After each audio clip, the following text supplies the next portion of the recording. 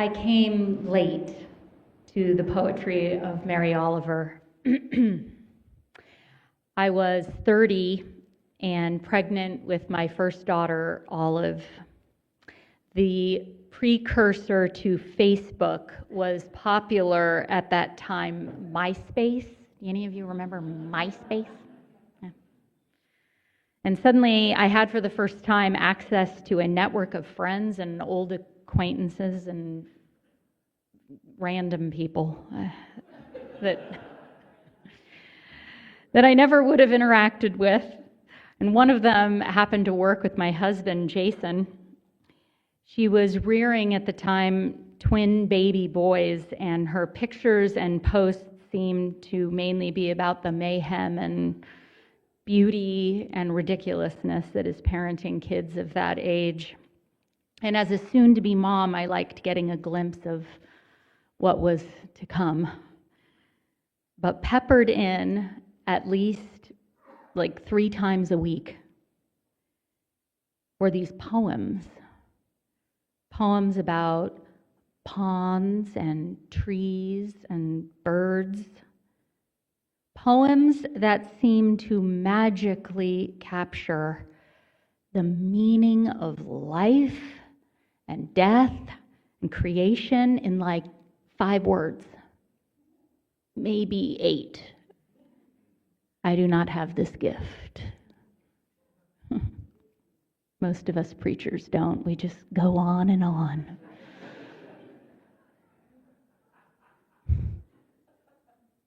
Not Mary.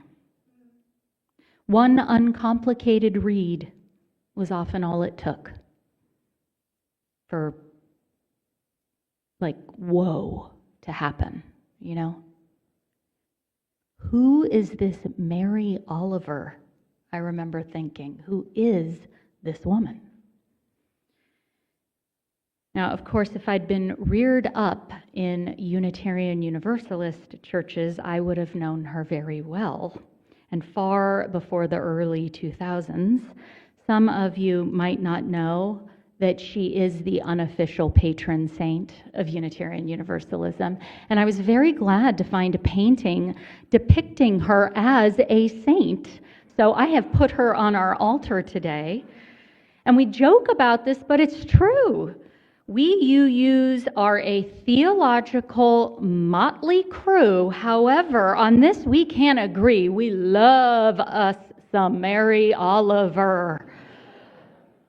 No one's debating this at fellowship hour.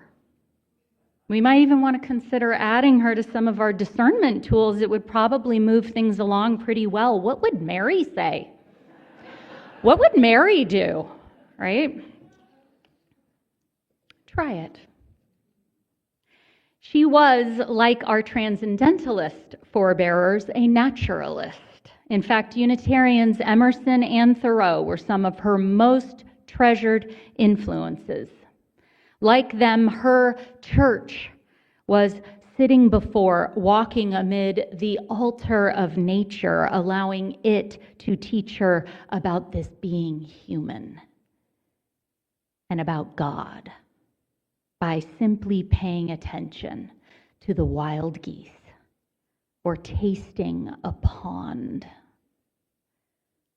I go off to my woods, my ponds, my sun-filled harbor, no more than a blue comma on the map of the world, but to me, the emblem of everything.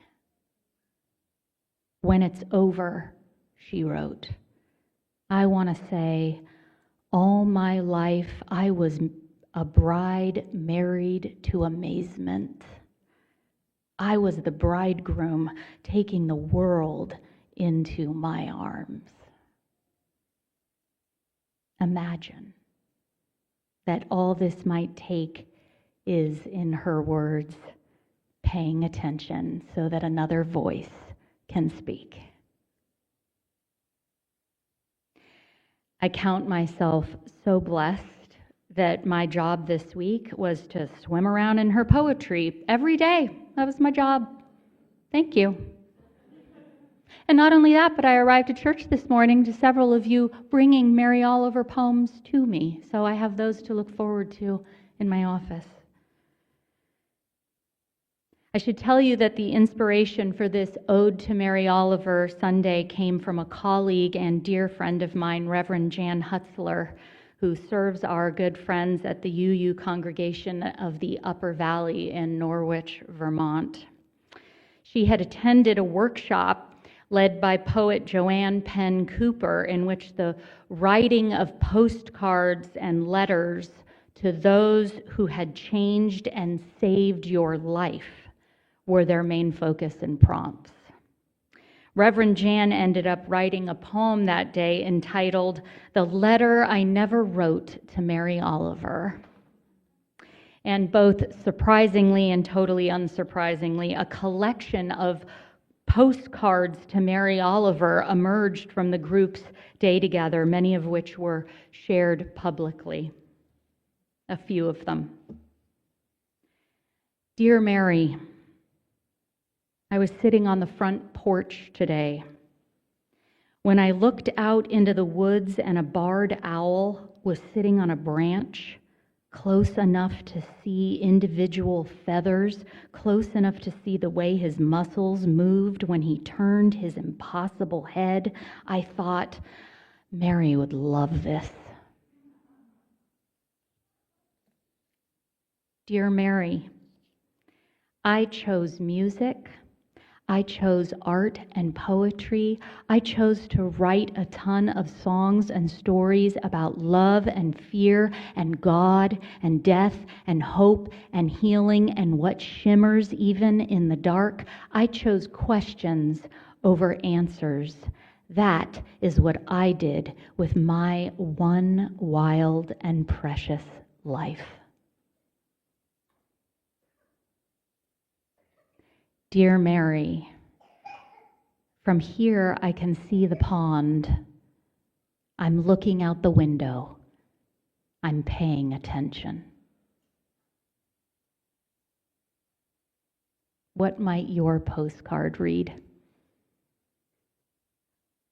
I think one of mine might be,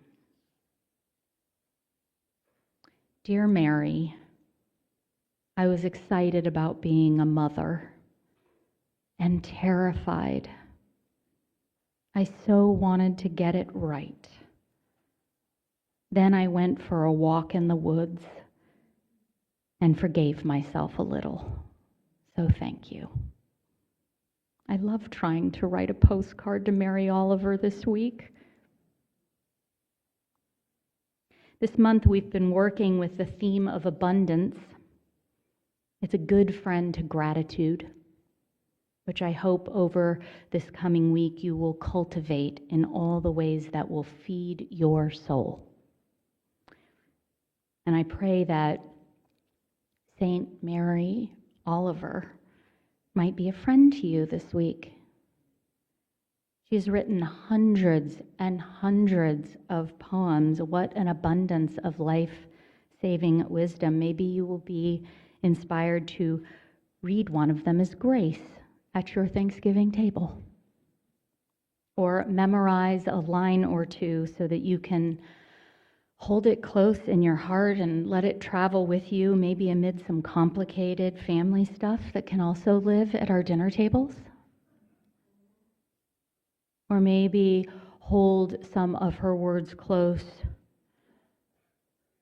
in the ways that you plan to stand in solidarity with Indigenous people this week. Maybe you will simply be moved to go outside and be amazed in a different way. Or to write her a postcard or a letter thanking her for maybe saving your life. Or maybe it's time to write that postcard to someone else. With her blessing and permission, I'm going to close by reading you Reverend Jan's letter, which inspired this service today, The Letter I Never Wrote to Mary Oliver, by Reverend Jan Hutzler.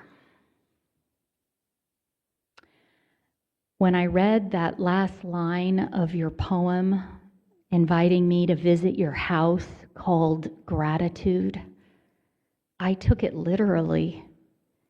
I wanted to get in my beat-up old car and drive to Cape Cod and search for the house with a calligraphy sign out front, gratitude.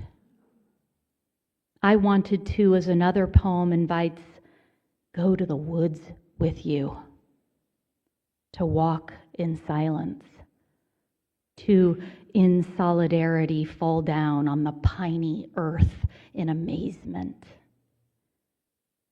I claimed in my closed heart for many years that poetry was not for me.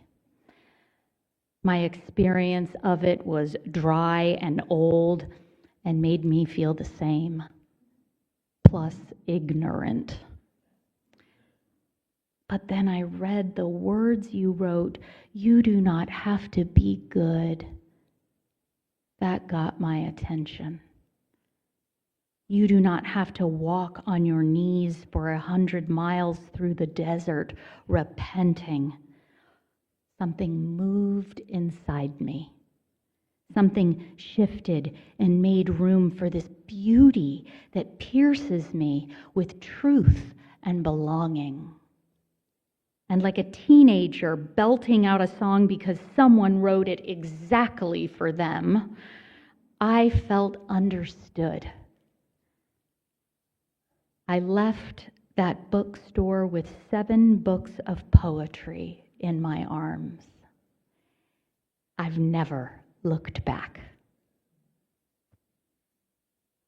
And to that I say, blessed be, blessed be.